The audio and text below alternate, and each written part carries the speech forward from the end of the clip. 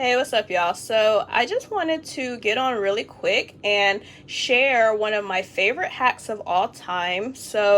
Of course, you know that chicken breasts are very coveted with fitness. They're very low in fat and calories. So, other parts of the chicken can be very fattening and very high in calorie. When you're talking about thighs, drumsticks, anything with the skin especially is going to be high calorie, and the breast is the best cut. Now, with that, a lot of people will argue that it's also the most boring cut and it's dry and all of this stuff. Okay, so I'm just going to go over some stuff about chicken and how to make it a little more interesting and to make it a little better. So one of my favorite hacks is to actually use seasoning as what I call my non-boring weapon. I personally do not love chicken breasts, so I'm just going to go ahead and put that out there. I have grown to love them more, but I was raised in the South, so chicken thighs is my thing. But, for every chicken thigh, you're looking at like 15 grams of fat in each one, and then 200 calories, 150 calories or more for each piece. So yeah, they're not really great for fat loss or maintaining even. A chicken breast is only going to be like 125 to 150 calories for the same portion. Okay, so you're really cutting down on calories. Okay, so that's just the first thing. But seasoning is the way to go to make it a little bit better. And I'll also share how I make my chicken juicier as well later. But first I want to talk about the spices. Okay, so spices is Spices will be one of your best defenses when it comes to keeping variation, and I do suggest that you invest in, trying different spices all the time. There are so many, and there are infinite, combinations that you can do. Food can get boring, definitely, for sure. You can get tired of eating the same things over and over, and spices are going to be one of the few ways that you can vary that. Okay, so what I do is I basically just take the chicken, I put, a whole pack on the pan. Sometimes it's more chicken than this. Sometimes it's not usually less, but sometimes it's more, or the pieces are a lot bigger. And then I decide, what spices do I want to use. And so this one over here, this is my favorite one. I usually will use the biggest pieces with that one. So it's a Badia, I believe I'm saying that correctly, Badia. Sazon, Sazon. So it's kind of like they go for Latin American flavors kind of thing. I don't know if I really think it tastes like that, but I do love the seasoning, and you don't have to do anything to it. I don't add anything. It already has enough sodium in it as it is. It already has enough flavor, so I don't even have to mix it with other things. And pretty much this pan today, I kept it completely just one season pack. So sometimes I will do multiple seasonings on the chicken, but today I am not. It's a very simple, lazy day, and I will be using these for salads. Okay. Okay, insert number one. This is the Badia, okay? I'm just putting it in the video. All right, here you go. I think it tastes like that, but I do love the seasoning, and you don't have to do anything to it.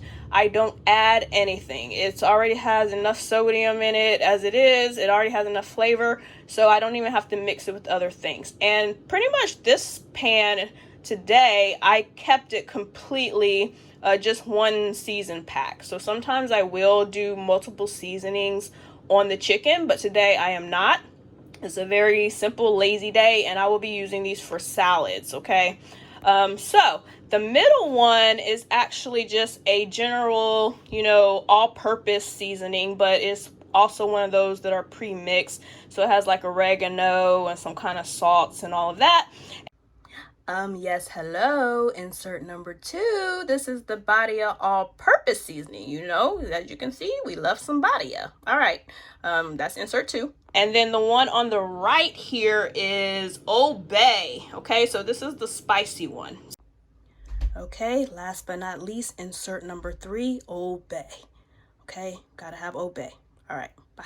So basically I just have a range of flavors to use throughout the week. So most of it will be for salads, but I also have some Israeli couscous in the fridge, so I'll probably eat some of this with that. I did have some leftover chicken from before with that today, so it's just a really good thing to do. I'm not a huge meal prepper, and while I do think that's a great tactic for you if you can do it, some of us just get a little bit more bored and we don't want to eat the same thing all week. So this is just a nice little balanced way of implementing that. So you're still getting, some pre-work done, but you're not, changing the whole dynamic.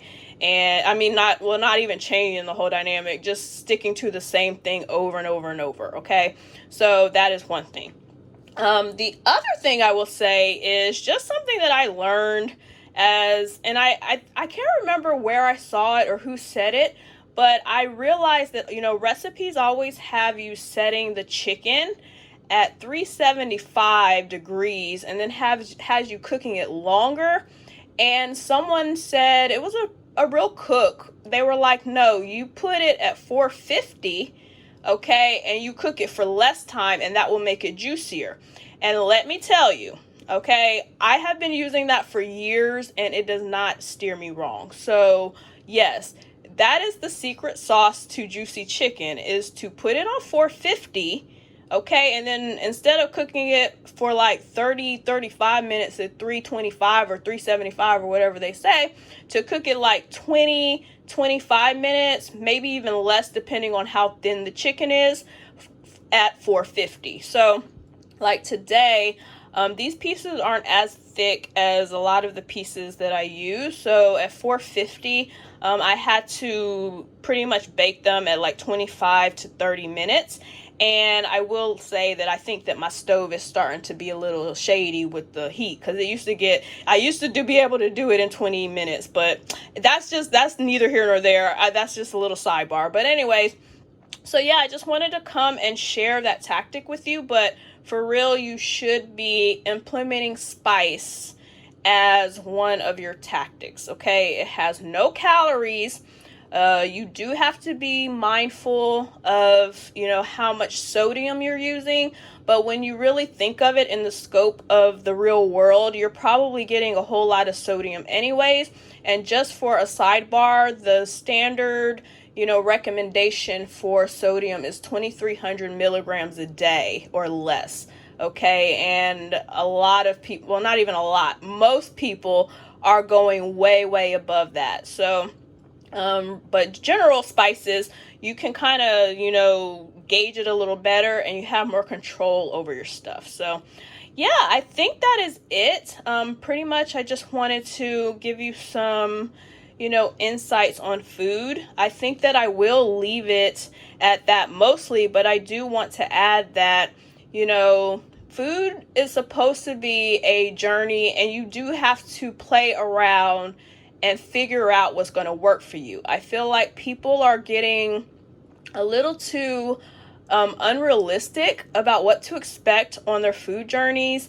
You're not going to love everything, but the trick is to find ways to make things less miserable for yourself, okay? And that doesn't even sound good, because I'm not saying like less miserable. It's really to make it more enjoyable and to find things that you actually do like, so that you can do them over and over again. And the only way you are going to be able to do that is to keep trying things. You have to keep trying things over and over and over. Okay, so that was just a little extra minute sidebar, but I did want to say that because I think spice is one of the most underrated ways for you to really get something new out of your food all the time. Because a change, putting Old Bay instead of a general seasoning is going to give the same exact dish a whole nother flavor. So yeah, just putting that out there. So yeah, I hope that was helpful. Let me know what you think and I will talk to you soon. Bye.